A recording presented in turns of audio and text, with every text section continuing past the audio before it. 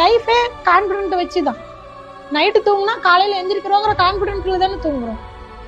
புரியுதுங்களா? அதே மாதிரிதான் வேலைக்கு போறோம்னா இந்த வேலை நம்மளுக்கு மாசம் மாசம் இருக்குங்கிற கான்பிடென்ட்ல தான் போறோம். அடுத்த மாசம் வேலை இருக்காதுன்னு தெரிஞ்சா எப்படி இந்த மாசம் வேலையை நிம்மதியா பண்ணணும்? அதே மாதிரிதான் பிசினஸும்.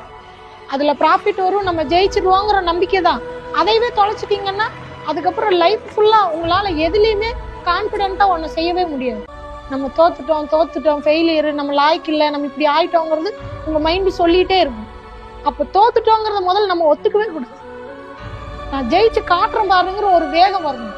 எங்க நான் தோத்துட்டேங்கிறத நீங்க அனலைஸ் பண்ணணும். இந்த பிசினஸ் தோத்துருச்சு, உடனே நான் இன்னொரு பிசினஸ் பண்றேன் ஏன்னா நான் தோத்தேன்னு ஒத்துக்க மாட்டேன்னு வீட்டுல இருக்கிற அத்தனை பணத்தையும் தொலைச்சிடக்கூடாது. ஒண்ணு தோத்துட்டீங்கன்னா முதல்ல அதை ஏன் தோத்தேன்னு உங்களுக்கு தெரியணும்.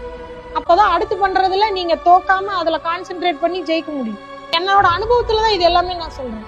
எனக்கு யாரும் சொல்லி தரல, ஏன்னா பட்டு தெரிஞ்சுக்கிட்டேன். எனக்கு தெரிஞ்சதை நான் உங்க கூட ஷேர் பண்ணேன்.